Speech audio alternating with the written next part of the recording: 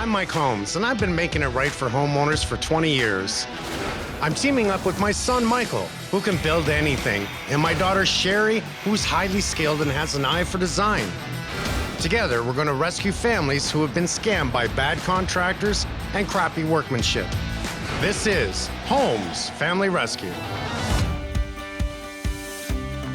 I'm a little busy at my house today, so I have Sherry working with me, doing a few knickknacks around the house. Sherry. Hi. I just got off the phone with a great couple that don't live too far from here, Nicole and Billy, and they're in a little bit of trouble. They have been taken not once, but twice from 2 different contractors. Oh, geez. First contractor did the demo, gone. Second contractor screwed up everything. Can't wait to see it. You know, it's a hobby farm. Donkeys, chickens. Wow, it's an interesting farm. It'd be fun. We head out to the hobby farm and arrive just as storm clouds gather. Nice to meet you. Hi, Nicole. We meet up with homeowners Nicole and Bill. So it's a little rain. Sherry decided to ride her bike here. I did. I really thought today through. The house is charming, has a lot of character. Well, we met about 15 years ago. We lived in the suburbs, and then we wanted to start a family. And we just wanted more space, more room. This property, the house was gorgeous, and there was enough room to put a pool, and it just happened to come with a barn. Yeah. We have 2 kids. Taryn is 4, and Owen is 1.5. Our kids love being outside. As soon as they wake up, they're outside. Taryn loves to spend time in the pasture, chasing after the donkeys on her ATV, and they get a big kick out of her as well. You have a very old home here. We Yes, do. It's built in 1870. Our house used to be a pub, and then over the years it was converted into a home. There have been multiple additions added on over time. I think what I love most about the house is just the character that it has. With our house being such an old home, we've had to adopt some of its imperfections. It's constant maintenance. It's a lot of work. It's the charm of country living. Yes. We have 2 donkeys, 2 dogs, and 3 pigs. Come on, piggies, come on. We're very busy, yes. Here, piggy, piggy.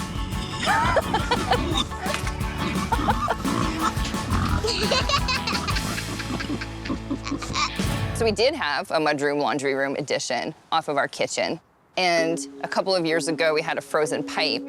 So we figured it would be a good time to update it if we had to rip up the floor anyway. So we did have a contractor in. He did tear the room apart. And then we discovered that there was a lot of rotting wood. So we thought it should probably come down to the ground and be rebuilt. That contractor ended up walking away. Like, he bit off a bit more than he could chew with this one. So he just left it torn down. That's right. So you brought in a neighbor. Right. Yeah, someone I know, someone I thought I could trust, didn't work out. So the building inspector came in and it failed. Yes, correct. Can we go see it? Yes, Oh, absolutely. no. Ready? I'm nervous. Oh, boy. You don't have any critters in the house? Oh, we do. Yeah. I mean, you're open everywhere. Yeah, we've had rodents come and get stuck in the HVAC. And so we know the duct cleaning company by name. And you have 2 kids. This is so unsafe. The pit in the backyard is really dangerous. Be careful, Taryn, on the edge. Just take a step back. It's an attraction for my children to want to play in it, but there's concrete, there's old nails, there's rusty metal.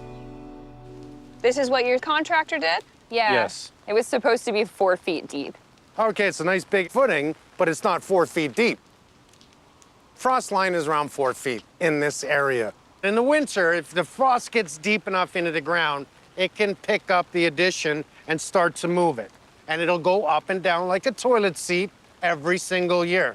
Obviously, this is gonna have to be torn up. After this failed the inspection, we were talking to the contractor. And you told him it failed. We told him it failed, and he was bragging about how he built an addition on a house in 2 weeks without getting any permits. They had drawings for 4 feet. He did 2 feet footings, did not pass, and all his answer was to the homeowners is, you shouldn't have got a permit.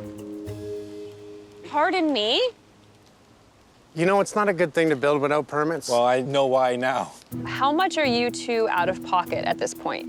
30 grand. For a hole in our backyard. You would have been better to keep the old mudroom. I don't see a lot of foundation. Right now, you're on blocks. Okay. We gotta go, Cher. Start the engine! When you come to an old century home like this, it's a stone foundation. You have to underpin in that area if you're going to do it this way. I have to restructure everything here to tie into everything here.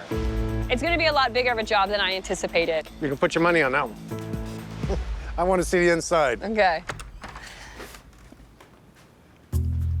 Okay. And this used to be a pub. This used to be a pub. Yes. That's so It cool. did. In It the should be a pub 1800s. now so they can drink. They might need to have a drink after today. After what I saw, yes. I need a drink after what you saw. So this would be the door to the new mudroom. Correct. Okay. This is currently my kitchen, laundry room, and mudroom. So we have to hook the washer up underneath the sink every time. Currently, our washer is hooked up in our kitchen, and there's a dryer in our garage. So every time I need to do laundry, which is frequently with 2 small children, I have to unhook the dishwasher under the sink.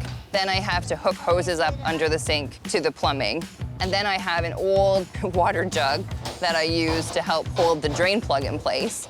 Once I've got all that set up, I can wash my clothes in the washer, but you can't use the sink or dishwasher for that duration. So the kitchen just gets piled up with dishes. I'm sure it's been a bit of hell for you. Yeah, my dream is to just have a room that I could just do laundry in. So a laundry room. We're using our front entrance to come into the house from the barn, from outside playing. So we're constantly tracking mud through the house. It's really difficult. That's why they call it the mudroom, That's why they call it the mudroom, yeah. which you don't have anymore. No, my kitchen's the mudroom now. People say that bad things come in threes, but I think in our case, bad things are coming in dozens. It just feels like we can't get ahead. We're gonna give them a mudroom back. We're gonna give them a bathroom. We're gonna give them the laundry room that they deserve. Not to mention, we'll give them a deck off their back bedroom. That would be so nice. I'm excited to get started. I think it's gonna be so great for their family. We're really grateful that you're here. We're gonna get this done quickly for you. Thank you. I have all the hope in the Yes. world. I think that Mike will be the guy. So, Cher, I'm not gonna get wet inside my truck, Yep. but you're gonna get real wet on your bike. Wish me luck. Let's get wet.